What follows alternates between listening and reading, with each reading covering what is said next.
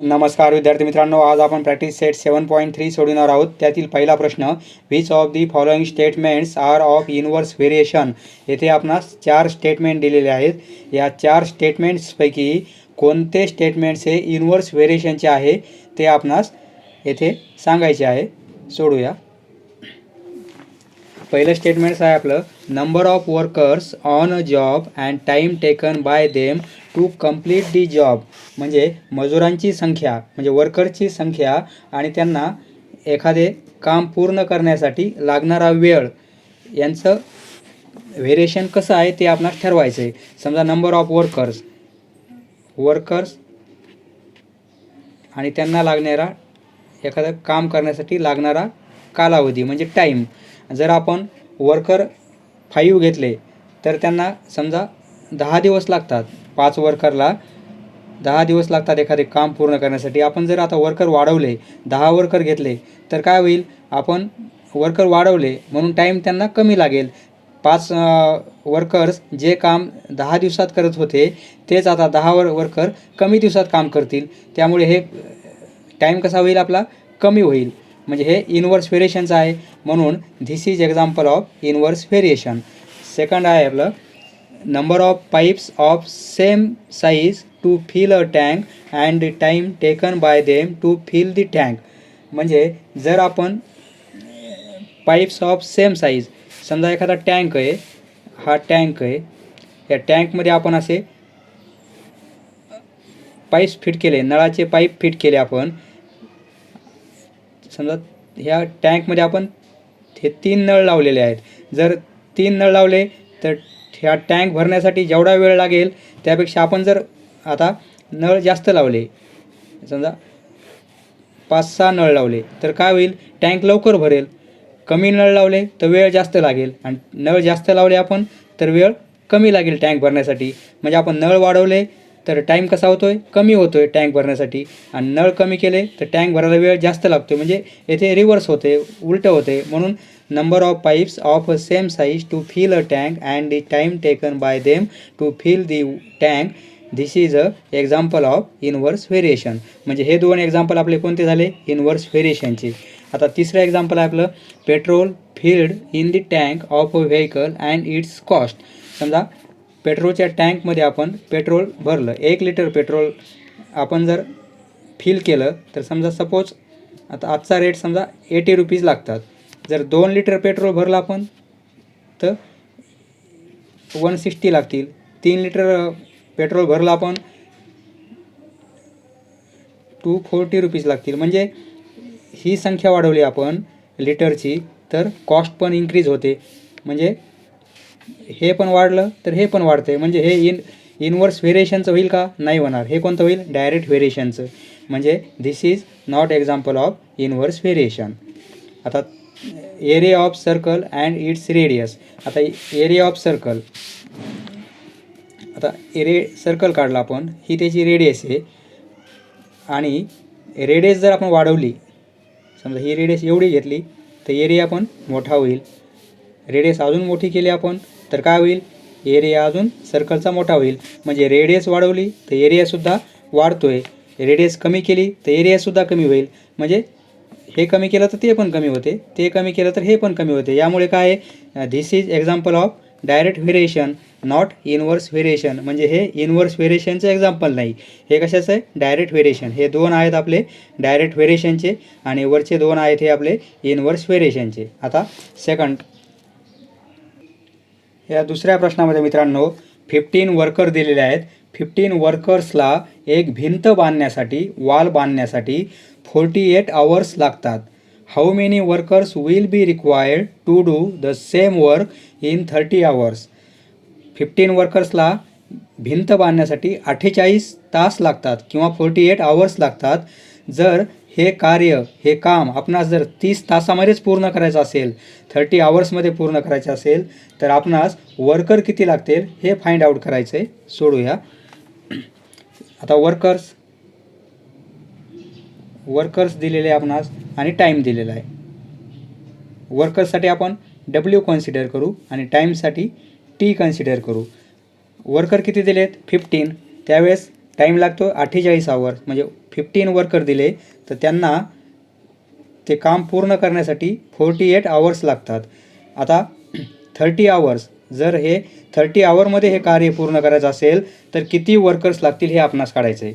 आता इथे काय केलं आपण, 48 तासाचे कमी तास केलेत, म्हणून वर्कर कसे वाढतील ते.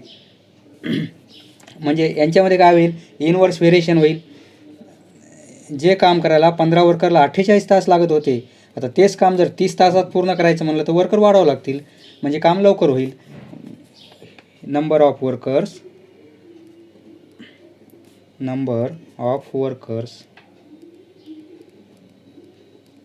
वर्करसाठी आपण W कन्सिडर केलेले. अँड टाईमसाठी आपण T कन्सिडर केलेला आहे. टू बिल्ड अ वॉल, एक वॉल म्हणजे भिंत, एक भिंत बांधण्यासाठी R इन म्हणजे वर्कर आणि टाईम यांच्यामध्ये काय आहे, inverse variation. R in inverse variation. आता दोघांमध्ये इनवर्स व्हेरिएशन आहे हे तर समजलं आपणास. त्यामुळे आपण काय करू शकतो, म्हणजे वर्कर आणि टाईम यामध्ये इनवर्स व्हेरिएशन आहे, म्हणजे 1/T W inversely proportional to T. आता त्यावरून आपण इनवर्स व्हेरिएशन आहे म्हणजे W आणि T या दोघांचा मल्टिप्लिकेशन कसा असतो, कॉन्स्टंट. के म्हणजे काय, व्हेरिएशनचा कॉन्स्टंट येईल तो. आता आपणास ही व्हॅल्यू दिली Wची, त्यावेळेस Tची पण दिलेली आहे, म्हणजे Wची व्हॅल्यू दिली, Tची दिली, त्यावरून Kची काढता येईल आपणास. आता Wची व्हॅल्यू 15 दिलेली आहे, Tची व्हॅल्यू 48, यावरून आपण Kची व्हॅल्यू आधी फाइंड आउट करू. मग काय होईल, 48 × 15 म्हणजे 48 × 15 हे जर मल्टिप्लिकेशन केलं 120 15 60 720 इक्वल टू K, म्हणजे Kची व्हॅल्यू काढलेली आहे आपण. आता आपणास हा फॉर्म्युला आहे, म्हणजे Kची व्हॅल्यू माहीत झाली आपणास, ती आलेली आहे 720. फॉर्म्युला माहीत आहे WT इक्वल टू K. आता येथे आपणास कोणती व्हॅल्यू दिली, Tची, तर आपणास काय काढायची, Wची. म्हणून Tची व्हॅल्यू दिलेली 30 आवर्स, तर आपणास W आता फाइंड आउट करायचे. फॉर्म्युला हाच WT इक्वल टू K. आता Wची व्हॅल्यू आपण काढणार आहोत आणि Tची व्हॅल्यू हे इथे 30 घेणार आहोत इंटू 30 आणि इक्वल टू काय होईल, Kची व्हॅल्यू काढलेली आपण 720. यावरून आपणास W इक्वल टू 720 हे इकडे मल्टिप्लिकेशनमध्ये आहेत, या साईड लावून आपण, मग ते डिनॉमिनेटरला जातील. तर आता इथे therefore W equal to 0 0 cancel होईल, म्हणजे वर 72 राहिले आणि खाली 3 राहिले. आता 3ने आपण 72ला डिवाईड करू, 3 2 6 1 राहिली इथं आणि 3 चौक 12, म्हणजे Wची व्हॅल्यू किती येईल, 24. Wची व्हॅल्यू 24 आली. W म्हणजे worker, hence 24 workers will be required. म्हणजे दिलेल्या दोन पहिल्या क्वांटिटी दिल्या होत्या, त्यावरून आपण कॉन्स्टंट काढलेला आहे आणि हे तर इक्वेशन माहिती आहे आपणास. मग सेकंड टाईमला कॉन्स्टंटची व्हॅल्यू माहीत असल्यामुळे ही एक व्हॅल्यू माहीत झाली, मग दुसरी व्हॅल्यू काढता आली. नेक्स्ट या प्रश्नामध्ये मित्रांनो, 120 bags of half litre milk can be feed by a machine within 3 minutes. म्हणजे एका दूध डेअरीमध्ये किंवा मिल्क फॅक्टरीमध्ये 120 बॅग्स म्हणजे हाफ लिटर मिल्कच्या बॅग्स 120 बॅग्स पॅकिंग होण्यासाठी किती मिनटं लागतात, 3 मिनटं लागतात. जर आपणास 1800 एवढ्या जर बॅग पॅक करायचे असतील तर किती टाईम लागेल ते आपणास कॅल्क्युलेट करायचे. समजा इथे काय दिलं आपणास, इथे मिल्क बॅग्स दिलेले, मिल्क बॅग्ससाठी आपण B कन्सिडर करू. आणि सेकंड क्वांटिटी काय दिली आपणास, टाईम दिला आहे.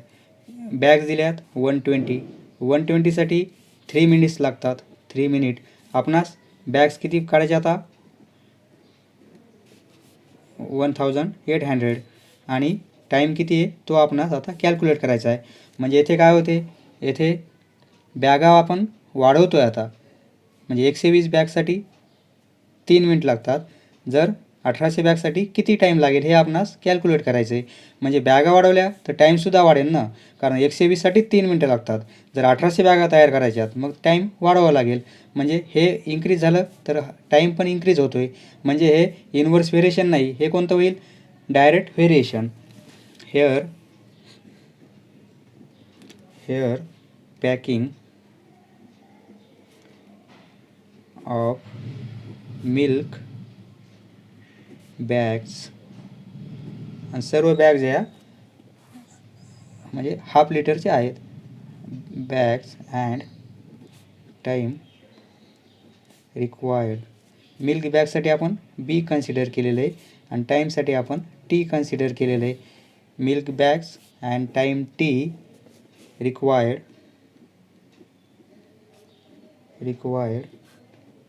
To packing is in direct variation.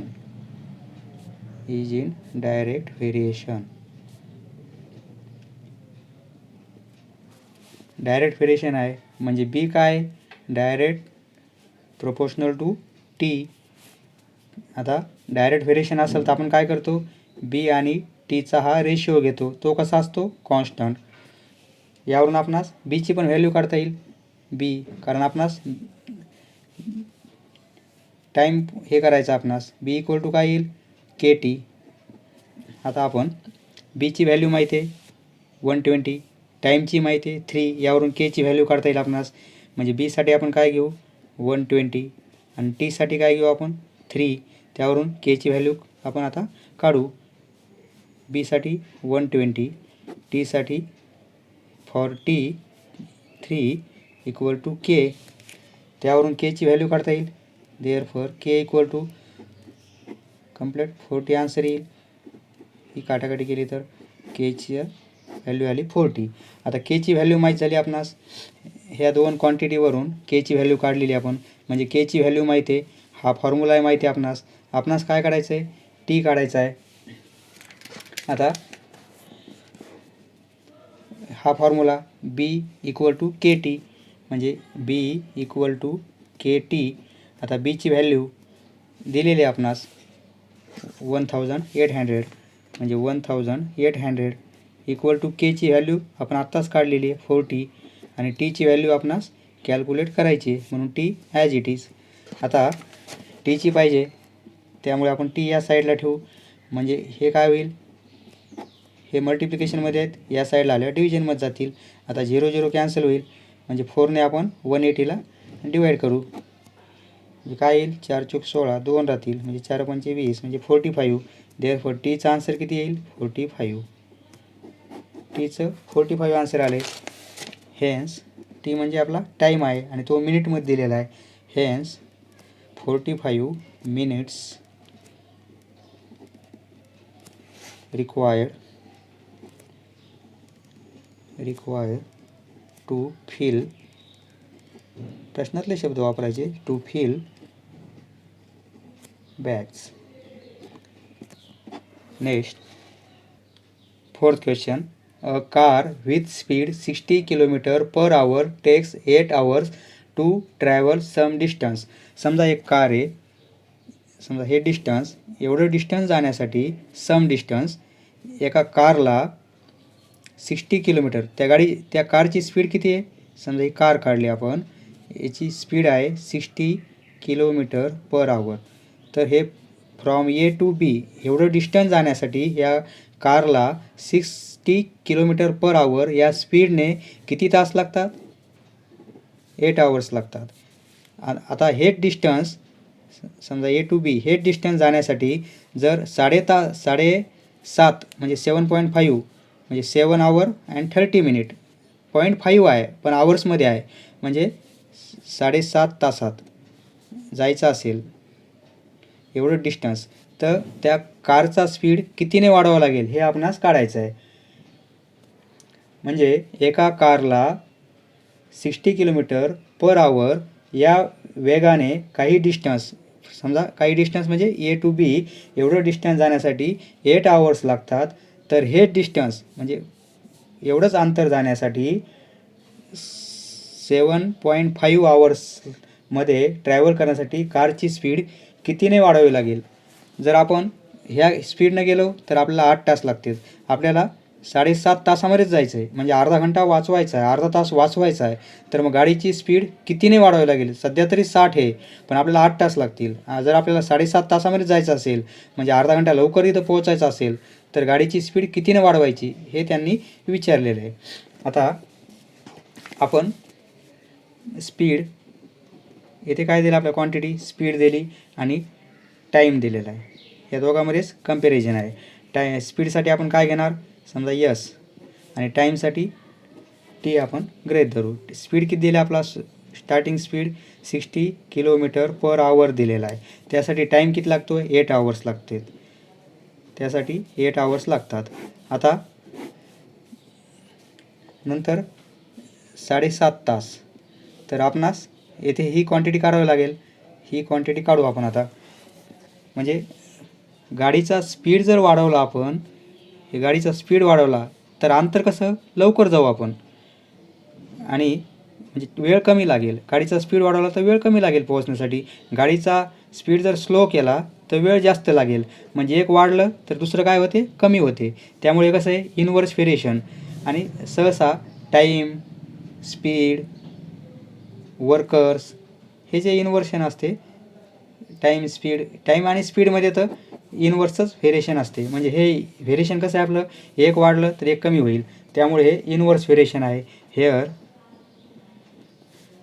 Hair speed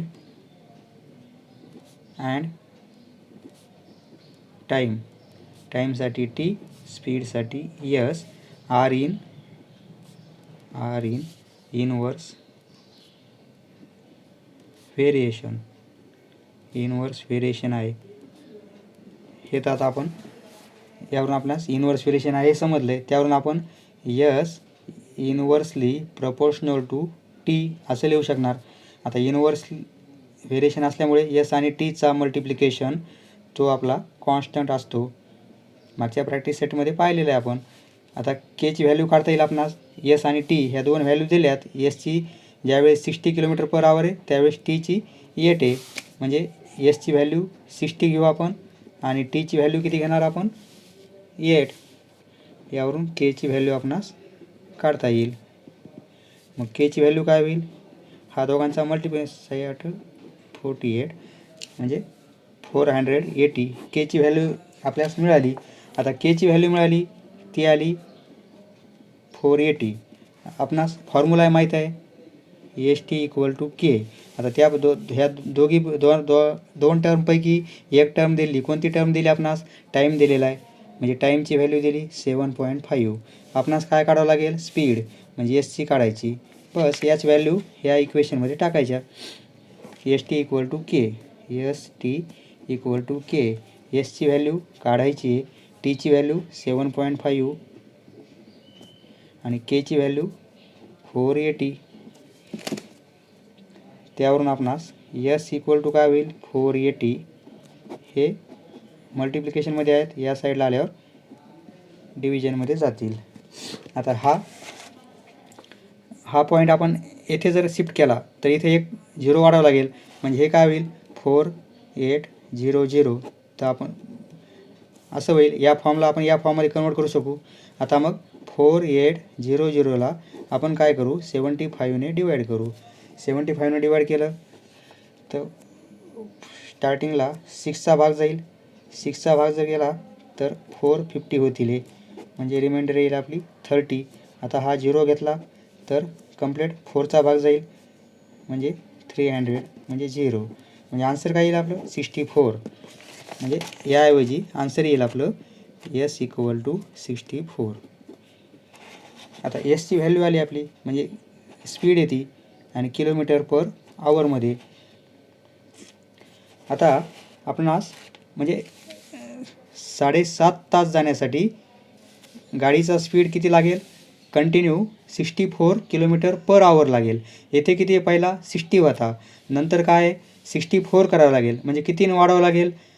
4 kilometre पर आवरनं वाढवावं लागेल. नाऊ इन्क्रीज, पहिला 60 होता, नंतर 64 केला, म्हणून 4 किलोमीटर पर आवर स्पीड वाढलेली आहे. Increase in speed equal to काय होईल?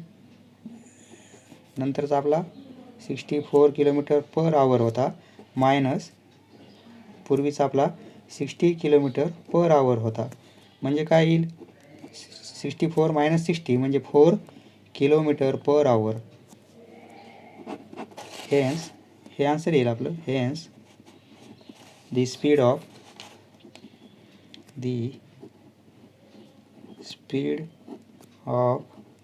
दी कार शुड बी, प्रश्नातले शब्द शुड बी इन्क्रीज्ड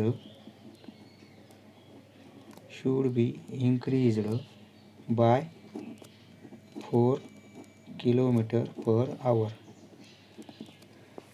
समजले मित्रांनो? धन्यवाद. पुढचा व्हिडिओ पाहण्यासाठी चॅनल सबस्क्राईब करा. धन्यवाद.